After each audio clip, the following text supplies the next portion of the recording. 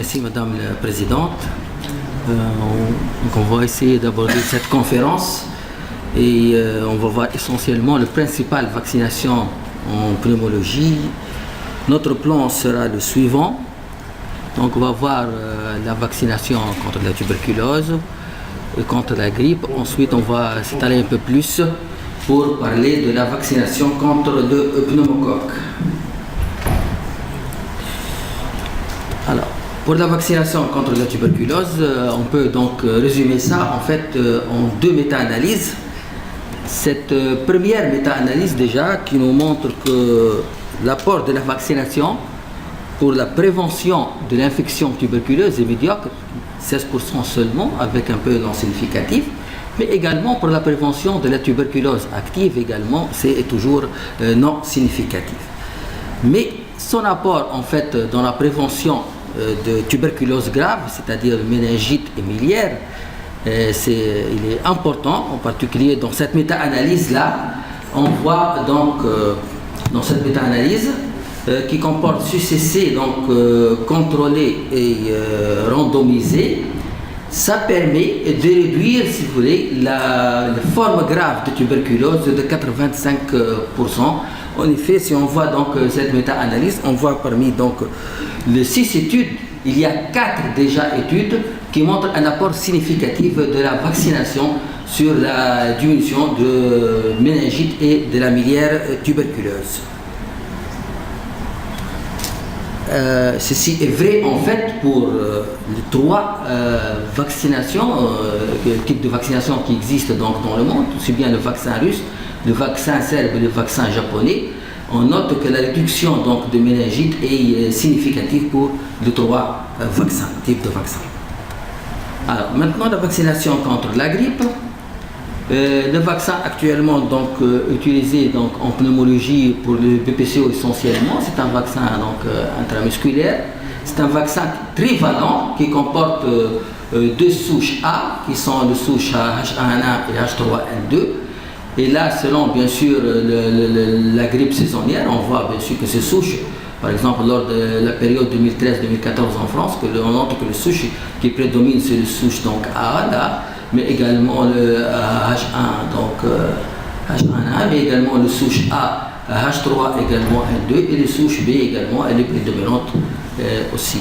Ce qui fait que la composition donc de la vaccination antigrippale, elle est revue en fait tous les ans et adaptée en fonction de la surveillance épidémiologique, ça selon l'OMS.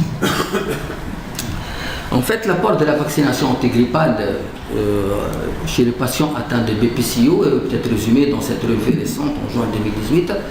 Il n'y avait pas grand-chose, il n'y avait pas beaucoup d'études en fait qui parlent de l'apport de la vaccination dans le BPCO. En tout, donc, il y avait 180 participants, mais ça montre quand même, ça réduit de façon significative la fréquence des exacerbations chez le BPCO. Il n'y a pas d'effet secondaire important de la vaccination, même les effets généralement ils sont légers et passagers. Et les études qui ont porté sur la mortalité, c'était donc 2 études seulement et en fait on ne peut pas vraiment se prononcer pour parler est-ce qu'il y a un apport ou pas sur la mortalité. Alors, même les recommandations Gold de 2019, en fait, signalent ça, c'est des recommandations évidence B. Ils parlent que la vaccination antigrippale a réduit les exacerbations et les décès chez les patients BPCO et c'est recommandé pour tous les BPCO. Alors maintenant, la vaccination contre le pneumocoque. Alors, vous savez que le pneumocoque, c'est un germe qui infecte généralement le voie aérienne supérieure. Il peut donner localement, bien sûr, une sinusite, il peut donner également des otites, ils peuvent donner également en fait de pneumonie par voie descendante. Mais en fait, les formes les plus graves d'infection par ce germe, c'est le bactériémie qui va donner essentiellement ces infections donc qu'on appelle invasives à pneumocoque. Alors ces infections invasives à pneumocoque peuvent être des méningites, peuvent être des pneumonies bactériémiques et peuvent être également des ostéomyélites. Et ça c'est particulièrement, on voit là les méningites, ça se voit dans 13% de formes bactériémiques et c'est responsable quand même de 30% des séquelles auditives et neurologiques. Ce qu'on voit là, que ces infections invasives à pneumocoque, qui sont les infections sévères du pneumocoque, ça se voit essentiellement avant l'âge de 1 an et après l'âge de 60 ans. Donc là, la fréquence, elle augmente après l'âge, particulièrement de 60 ans. Et là, on trouve la population essentiellement de BPC. Il y a des études qui ont été faites donc, sur des germes impliqués dans les exacerbations de BPCO et on remarque que selon le degré de l'obstruction bronchique, stade 1 au stade 3, le pneumocoque quand même figure parmi les germes le plus fréquemment observés au cours des exacerbations de BPCO. En Europe également, il y a cette étude qui montre que l'incidence de pneumopathie aiguë bactérienne communautaire est 20 fois plus élevée chez les BPCO que dans la population générale. Elle est de 22 pour 1000 habitants pour les BPCO, elle n'est que de 1 à peu près pour 1000 habitants de la population générale. Et c'est l'incidence également des infections invasives à pneumocoque. Elle est 5 fois plus élevée chez les BPCO, les patients porteurs de fibrose, et 2 fois plus élevée en cas d'asthme. Il faut savoir que la BPCO, c'est une maladie en fait, qui favorise ces infections respiratoires par la diminution de la clémence mucociliaire, par l'augmentation de molécules d'adhésion, particulièrement aux bactéries et aux virus, et également, on sait bien que les effets de traitement corticostéroïdien inhalé qui est fréquemment donc instauré chez ces patients. Alors, cette étude a fait analyser également donc, le facteur de risque de survenue de pneumopathie communautaire. Ce qu'on trouve là dans cette étude, que parmi les facteurs de risque, c'est les affections, si vous voulez, respiratoires chroniques. Le fait d'avoir des affections respiratoires chroniques, ça multiplie le risque de pneumopathie communautaire par 1,5. Et ça multiplie le risque en fait également de pneumonie, de pneumopathie à pneumocoque entre 3,7 jusqu'à 9,8. Et ça multiplie aussi le fait d'avoir des affections respiratoires chroniques, ça multiplie le risque d'infection invasive à pneumocoque jusqu'à même, si vous voulez, 17 fois. Et également, cette étude a montré que le risque de pneumonie à pneumocoque il est 7,7 fois plus élevé chez les patients qui ont des affections respiratoires chroniques qui sont âgés de plus de 65 ans. Là, particulièrement là, ce groupe qu'on voit là essentiellement. Alors, concernant la vaccination contre il existe actuellement 2 vaccins qui sont les vaccins non conjugués qui contiennent 23 sérotypes de pneumocoque parmi les 92 sérotypes. Et c'est les 23 en fait, sérotypes qui sont le plus souvent impliqués dans les infections invasives à pneumocoque.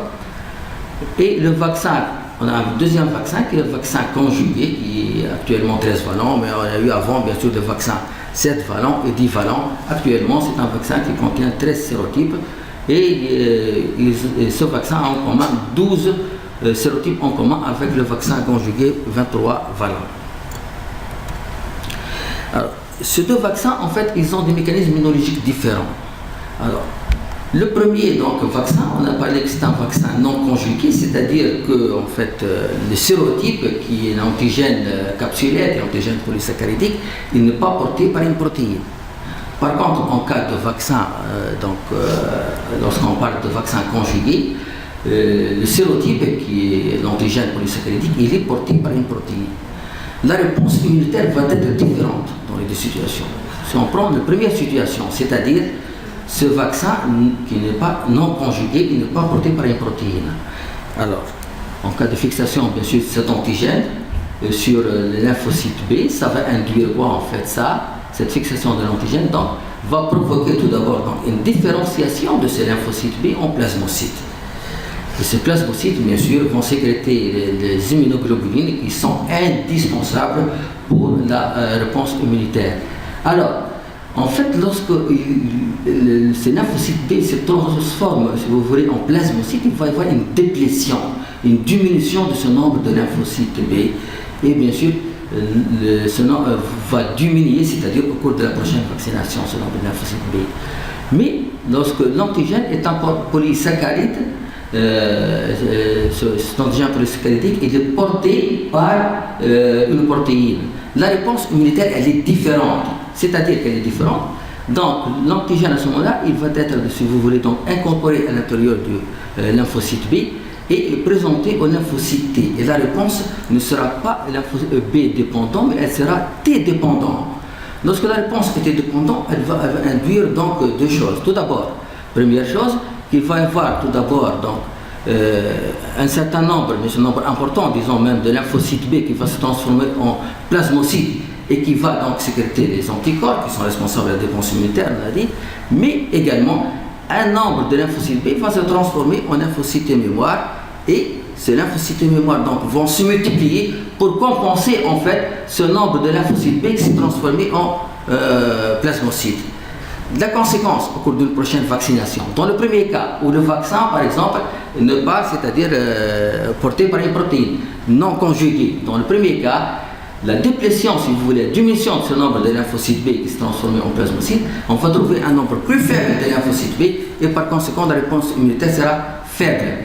Par contre, lorsque la réponse était dépendante, on a dit qu'il y a un certain nombre de lymphocytes B qui vont se transformer en lymphocytes B mémoire. Et donc on aura un nombre à ce moment-là qui vont se multiplier et on a un nombre suffisant, si vous voulez, de lymphocytes B donc, au cours de la prochaine vaccination et qui va donner en fait une, si vous voulez, réponse immunitaire satisfaisante.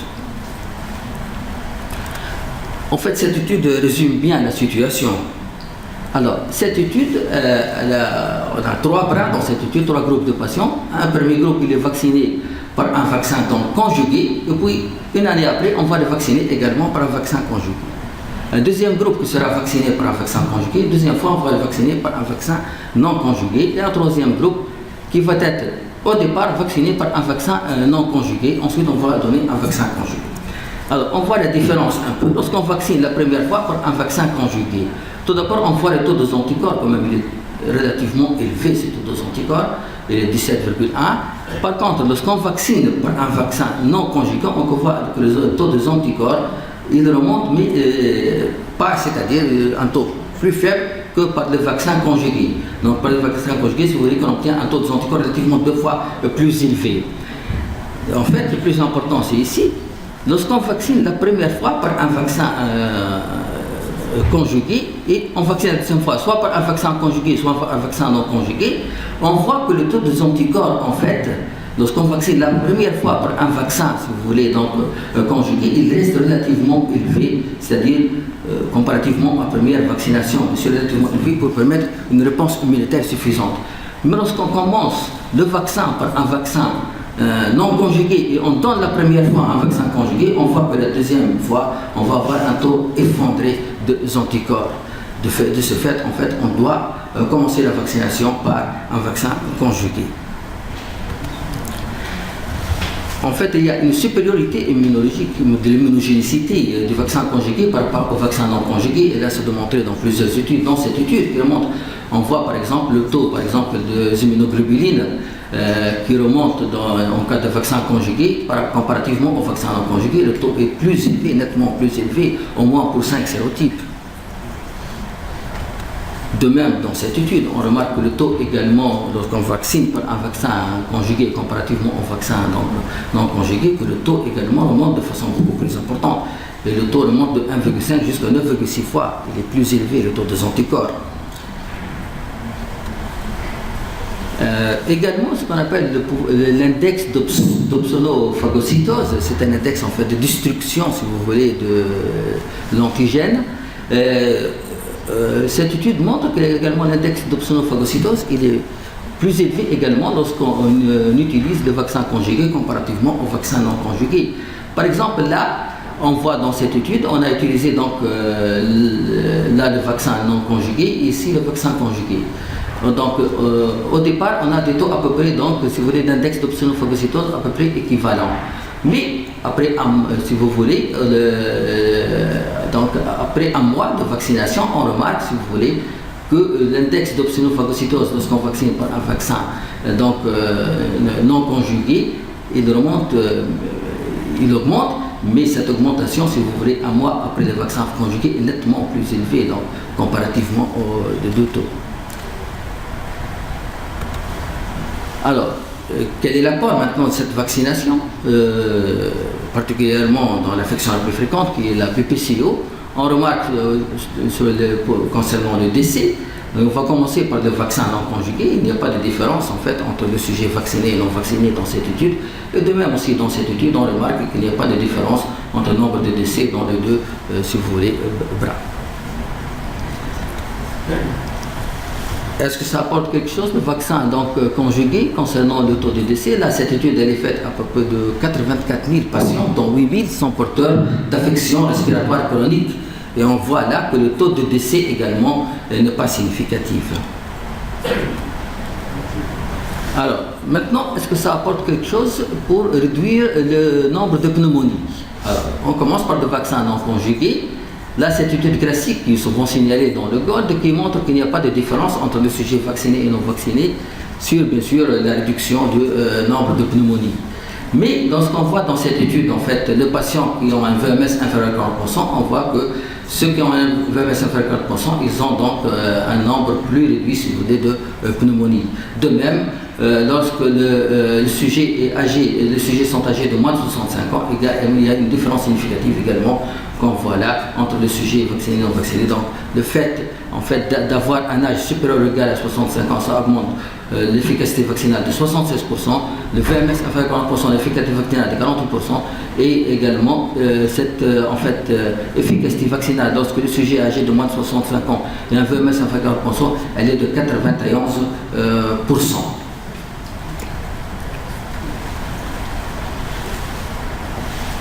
Alors, cette méta-analyse a analysé également l'apport du vaccin conjugué. Est-ce que ça réduit la pneumonie ou pas? Ça réduit le risque de pneumonie chez les BPCO. C'est une méta-analyse quand même qui est, c'est-à-dire récente, en 2017. Ça réduit en fait le risque de survenue de pneumonie à pneumocoque. Alors, ça réduit également les exacerbations de BPCO de façon significative, mais il n'a pas d'influence significative sur le décès. Alors maintenant, le vaccin conjugué, est-ce que ça apporte quelque chose de plus? Alors dans cette étude qui a porté sur 84 000, on a dit qu'il y a 8 000 patients qui ont une BPCO, des affections respiratoires chroniques. Alors le vaccin conjugué, ça diminue le risque donc de pneumopathie bactérienne avec et sans bactériémie dans cette étude, et c'est une réduction qui est donc significative par rapport au placebo. De même, ça réduit la pneumopathie bactérienne sans bactériémie et non invasive. Également le vaccin conjugué par rapport au placebo de façon significative, et ça réduit également les infections invasives à pneumocoque également de façon significative. En fait, ce qu'on recommande actuellement, c'est de pratiquer le vaccin donc, conjugué au premier lieu, puis le vaccin non conjugué après 5 ans, avec un délai entre les deux, bien sûr, vaccins de 1 an. Alors pourquoi ces recommandations? Pourquoi on doit commencer par le vaccin en fait conjugué? Ça, on a dit pour ne pas avoir bien sûr une déplétion de ce nombre de lymphocytes B au cours de la prochaine vaccination, et on aura une réponse donc vaccinale suffisante. Alors pourquoi ce délai de 1 an entre les deux vaccinations maintenant? Parce qu'on a remarqué tout simplement que la couverture, si vous voulez, vaccinale pour le vaccin conjugué, elle est variable sur les études, il y a beaucoup de controverses dans la littérature, mais c'est généralement entre 1 et 2 ans. C'est pour cela qu'on recommande donc de faire la vaccination après 1 an. Alors maintenant, pourquoi on doit, lorsqu'on fait la vaccination par donc le vaccin non conjugué 23, c'est 5 ans, parce qu'on a remarqué également que certaines études rapportent qu'il y a une couverture vaccinale par le vaccin conjugué qui dure jusqu'à 5 ans. Alors pourquoi on doit refaire maintenant la vaccination, la deuxième vaccination avec le vaccin donc 23 et pas avec le vaccin 13, bien sûr, tout simplement pour couvrir contre le maximum des sérotypes, tout simplement. Alors, si on associe maintenant les deux vaccinations, est-ce que ça apporte un plus? Oui, c'est démontré que ça apporte un plus. Dans cette étude, par exemple, le fait de vacciner, par exemple, contre l'infection antigrippale, le fait d'ajouter donc la vaccination, si vous voulez, antipneumococcique à la vaccination antigrippale, on réduit donc le nombre d'exacerbations. De même, cette étude montre que lorsqu'on sur le plan de pneumopathie ou bien de décès, on réduit lorsqu'on ajoute, au fur et à mesure qu'on ajoute les vaccinations, donc on fait la vaccination antipneumococcique. Lorsqu'on ajoute la vaccination antigrippale, ça réduit encore. Les deux ensemble, ça réduit encore plus. De même, le décès, lorsqu'on a fait les deux ensemble, ça réduit encore plus, donc également le risque de décès.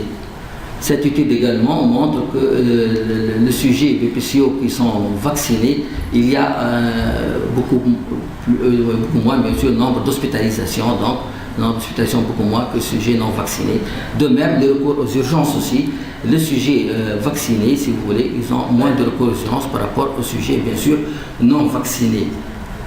et certes classique si vous voulez, méta-analyse qui montre que lorsqu'on vaccine le BPCO donc, contre le pneumocoque, si vous voulez, on réduit les hospitalisations et la mortalité, mais on réduit beaucoup plus, bien sûr, ces deux-là, lorsque, bien sûr, on associe les deux, la vaccination anti-pneumococcique et anti-grippale, on réduit donc beaucoup plus donc, le risque d'hospitalisation et de mortalité. Si vous voulez, donc, on va conclure pour dire que la vaccination donc, au BCG, la prévention de formes graves de tuberculose, oui, bien sûr, c'est bien démontré, mais pour la prévention de la tuberculose et l'infection tuberculeuse, son rapport reste très limité. Alors, la vaccination contre la grippe pour les BPCO, elle permet de prévenir les exacerbations, prévient le risque de pneumonie, bien sûr, mais pas de bénéfice démontré sur la mortalité. Pour la vaccination contre le pneumocoque, particulièrement chez le BPCO, elle permet de prévenir les exacerbations, prévention de pneumonie, mais pas de bénéfices, bien sûr, démontrés également sur la mortalité. Lorsqu'on associe les deux vaccins, il y a un bénéfice supplémentaire sur les exacerbations et les risques de pneumonie, et également, on a un petit bénéfice sur la mortalité. Et je vous remercie.